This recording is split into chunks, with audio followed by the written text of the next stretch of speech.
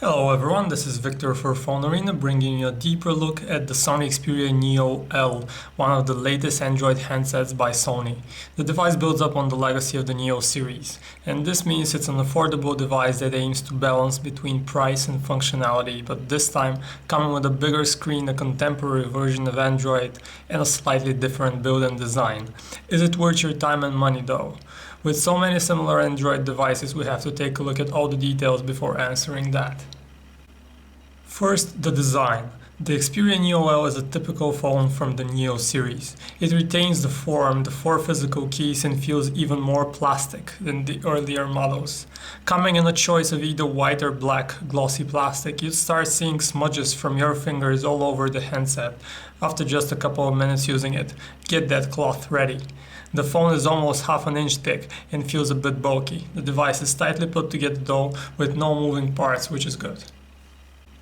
There is a 4-inch LED backlit big LCD screen with a resolution of 480 by 854 pixels.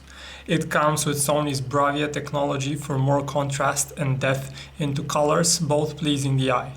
We're happy with the size of the display and the pixel density for this class of phone, but we really wish there was some sort of coating to protect the screen from finger marks. Without it, the big screen becomes a big mess of smudges after swiping and touching it a few times. Probably best thing about the Sony Xperia Neo L is that it comes with Android ice cream sandwich on board, unlike some of its rivals. This sadly doesn't mean you have smooth ICS. We noticed a stutter way too often to ignore, and that's a downer. Sony spices Android up with its Timescape user interface, and while other phone makers have simplified their custom Android interfaces, this skin looks and feels heavier.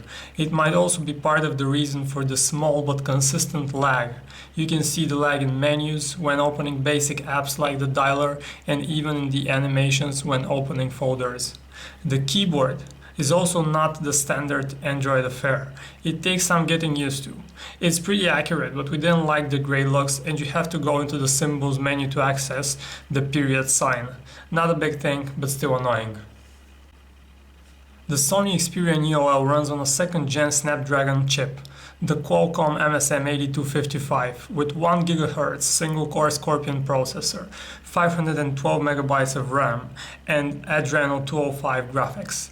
This is one of the most popular chips out there. It's amazing how different it runs across devices and platforms. It's smooth as molasses on, say, the Windows Phone-based Nokia Lumia 710, but not all that buttery here. On Quadrant, the chip scored a pretty low 1200, so if gaming is your thing, this is not the phone for you. The device also has 1 GB of internal storage, of which only around 330 MB are available, so you should definitely get a micro SD card with the phone. When it comes to the internet, the Xperia Neo L runs on ice cream sandwich, and that means you can put Chrome on it. That's a huge advantage, as we feel that Chrome is a big leap over the stock Android browser, both for its design and performance. Still, in both browsers, the device looks underpowered and stutters when panning and zooming around. Also, Chrome doesn't support Adobe Flash. For that, you'd still need to open the Android browser or go on Google Play and download something else. The Xperia Neo L supports 3G networks, but no 4G LTE. The device features a 5-megapixel autofocus camera with LED flash on the back and records video at 30 frames per second. The pictures turn out mediocre though, with little detail and generally lacking in sharpness. Areas of similar color often appear as one big blurry spot. For video capture, we're looking at 720p HD video, which is good. Again, the quality though is ordinary. Sound captured on video appears dull and a bit muffled. On the plus side, the device has a front-facing VGA camera, which will come in handy for video calls. Having a 4-inch screen for watching movies is good. What's better is that Sony brings great audio even in its more affordable devices, and the Xperia Neo L is no exception. The sound output is crisp and loud. The processor chews 720p videos with ease, but it wasn't really able to handle 1080p video playback. Weirdly, there is no FM radio. For its phone function, the Neo L has nothing particularly exciting or disappointing. Sound in the earpiece is okay, if not a bit dull, with our callers hearing some background noise but nothing to stop them from hearing us, so it's not that big of a deal. The handset features a 1500 mAh battery rated for 8 hours. In our tests, the phone easily got us through a full day of use. Right now, the Xperia Neo L is facing the Samsung Galaxy Ace 2 in direct battle.